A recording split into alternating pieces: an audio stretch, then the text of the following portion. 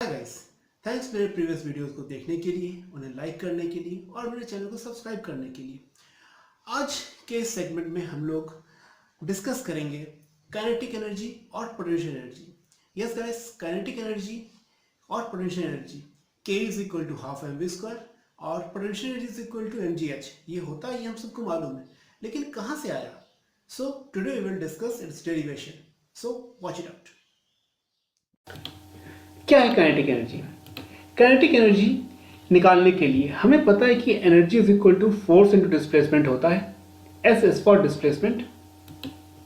अच्छा, हमें यह भी पता है कि F is equal to ma होता है, that is mass into acceleration.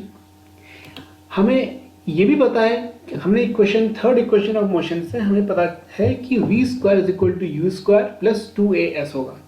Now अब अगर एक body initial velocity is equal to 0 यानी कि रेस्ट से चलना शुरू करती है, तो अगर रेस्ट से चलना शुरू करती है तो u जो होगा वो आपका 0 हो जाएगा।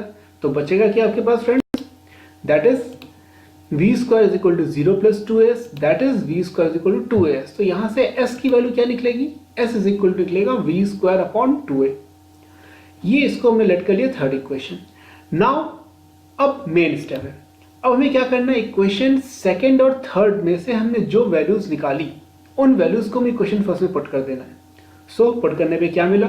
ध्यान दीजिएगा, energy is equal to ma, f की जगह हमने ma रखा और s की जगह पे देखिए हमने v² अपॉन 2a रखा, जो कि हमें थर्ड इक्वेशन से मिला था। नाउ इसमें हमें a to a cancel out हो गया, तो बचा कितना? आपके पास बचा हाफ mv²। काइनेटिक एनर्जी आपके पास यहाँ पे प्रूव हो जाता है, that is kinetic energy equal to half into mv²। So kinetic energy is equal to कितना होगा? मास इनटू वेलोसिटी का स्क्वायर का आधा। ये आपका काइनेटिक एनर्जी का डेरिवेशन था। नाउ अब हम लोग चलते हैं अपने एनर्जी पोटेंशियल एनर्जी की तरफ। पोटेंशियल एनर्जी का डेरिवेशन किस तरह से होगा?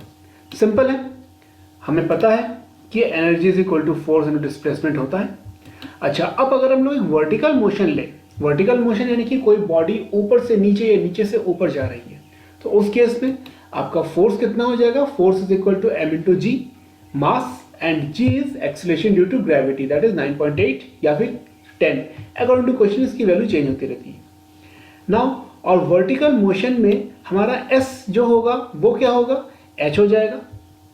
भाई डिस्प्लेसमेंट अगर हम लोग वे में करें, मतलब कि अगर हम लोग एक 2D अगर हम लोग एक फ्लैट सरफेस पे चल रहे हैं तो दैट इज आवर डिस्प्लेसमेंट होगा। अगर यही चीज अगर हम ऊपर से नीचे तक कोई बॉडी मूव करती है, ट्रेवल करती है, तो उसका डिस्प्लेसमेंट कितना होगा? That is equal to height, कि उसने कितनी हाइट कवर की। नाउ इसमें भी हम लोग क्या करेंगे? सेकेंड और थर्ड की इक्वेशंस की जो वैल्यू है वो हम लोग फर्स्ट में पुट कर देंगे। देखिए पुट करने से क्या मिला? एनर्जी इज इक्वल टू क्या मिला हमें?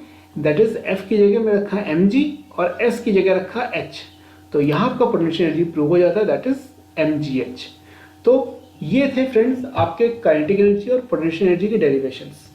एक बात और ध्यान रखने वाली चीज़ है कि काइनेटिक एनर्जी जो होती है वो हमेशा एक मूविंग बॉडी में लगती है। क्यों? क्योंकि इसमें v का फैक्टर आ रहा है, v मतलब वेलोसिटी का फैक्टर आ रहा है।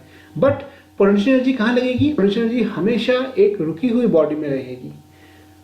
Is it clear?